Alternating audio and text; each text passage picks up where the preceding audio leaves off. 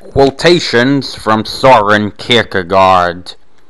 What I really need is to get clear about what I must do, not what I must know, except insofar as knowledge must precede every act.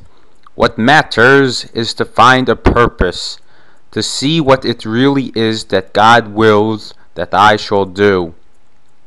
The crucial thing is to find a truth which is truth for me, to find the idea for which I am willing to live and die. Irony is a qualification of subjectivity. Irony limits, finitizes, and circumscribes, and thereby yields truth, actuality, content. It disciplines and punishes, and thereby yields balance and consistency.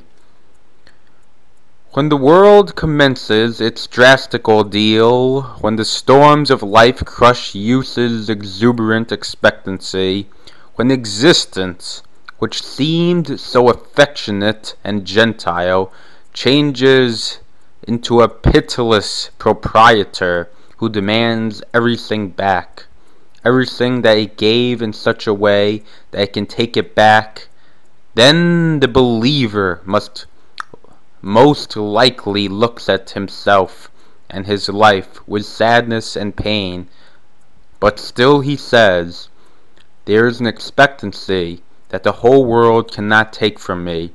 It is the expectancy of faith, and this is victory. I am not deceived, since I did not believe that the world would keep the promise it seemed to be making to me. My expectancy was not in the world, but in God."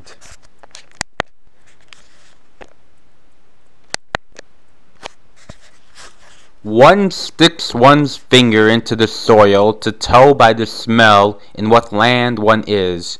I stick my finger in existence. It smells of nothing.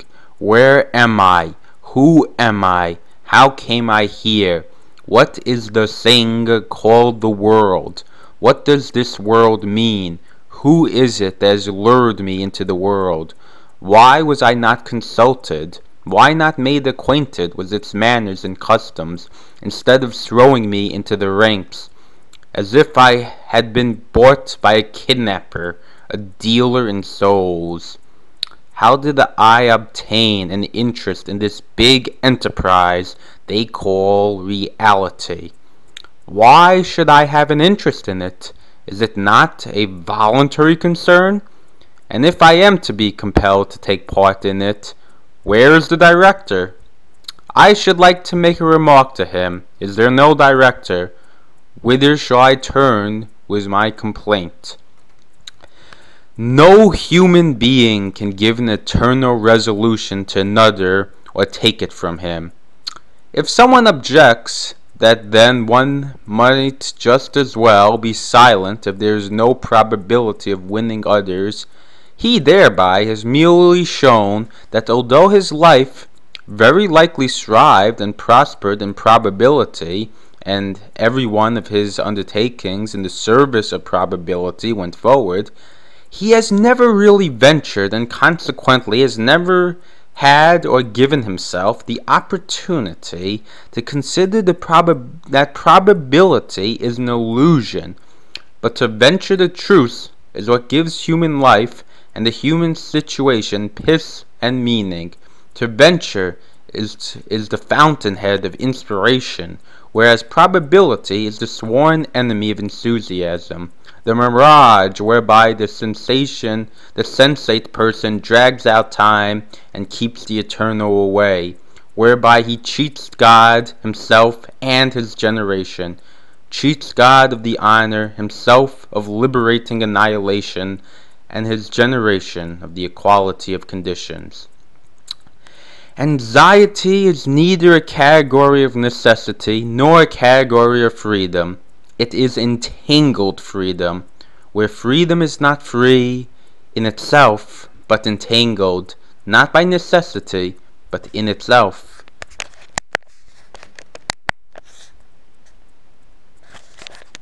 Anxiety may be compared with dizziness. He whose eyes happens to look down in the yawning abyss becomes dizzy.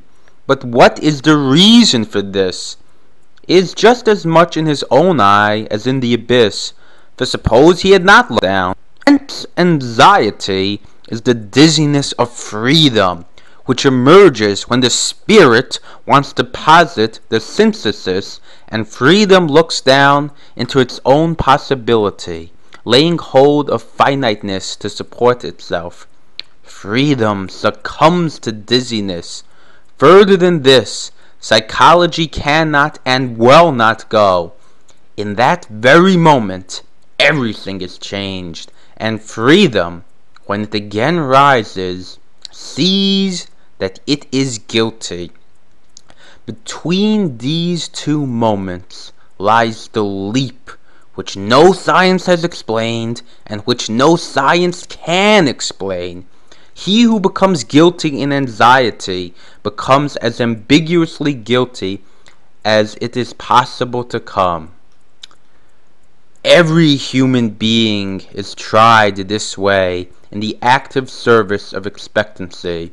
Now comes the fulfillment and relieves him, but soon he is again placed on reconnaissance for expectancy, and he is again relieved.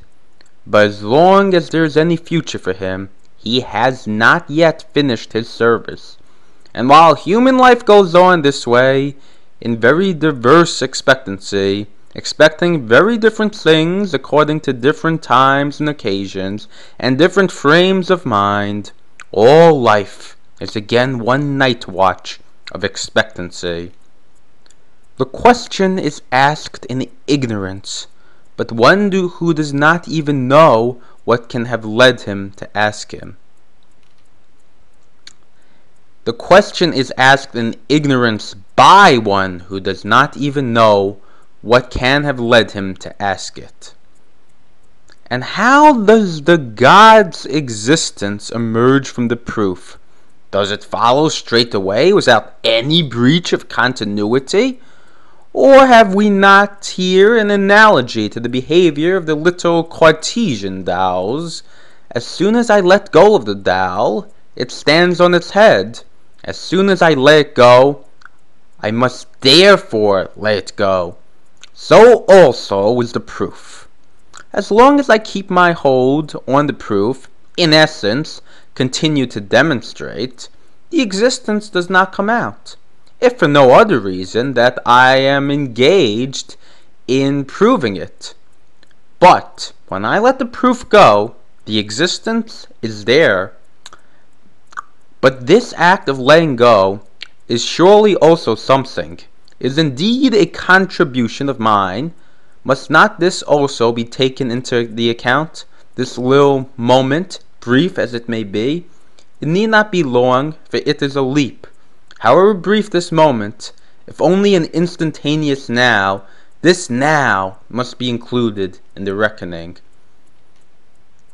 Now, just as the historical gives occasion for the contemporary to become a disciple, but only, it must be noted, through receiving the condition from God himself, since otherwise we speak Socratically, so the testimony of contemporaries gives occasion for each successor to become a disciple, but only, it must be noted, through receiving the condition from the God himself. The more one suffers, the more, I believe, has one a sense of the comic. It is only by the deepest suffering that one acquires true authority in the use of the comic, an authority which by one word transforms, as by magic, the reasonable creatures one calls man into a caricature. It doesn't occur to me at this moment to say more. Another time, perhaps. Tomorrow. I may have more to say, but always the same thing, and about the same. For only gypsies, robber gangs, and swindlers follow the adage that where a person has once been, he is never to go again. Above all, do not forget your duty to love yourself. To be a teacher does not mean simply to affirm that such a thing is so, or to deliver a lecture, etc. No. To be a teacher, in the right sense, is to be a learner. Instruction begins when you, the teacher, learn from the learner. Put yourself in his place, so that you may understand what he understands, and the way he understands it. Seek first God's kingdom. That is, become like the lilies and the birds, become perfectly silent. Then shall the rest be added unto you. When God chooses to let himself be born in lowliness, when he, who holds all possibilities in his hand, takes upon himself the form of a lowly servant, when he goes about defenseless, and lets people do as him what they will, he surely must know well enough what he is doing and why he wills it. But for all that is he who has people in his power, and not they who have the power over him. So history ought not to play Mr. Malapert by this wanting to make manifest who he was. But precisely this is Mr. misfortune, and has been the misfortune in Christendom, that Christ is neither one nor the other, neither the one he was when living on earth, nor he who will return in glory, but rather one about whom we have learned to know something in an inadmissible way from history, that he was somebody or other of great account.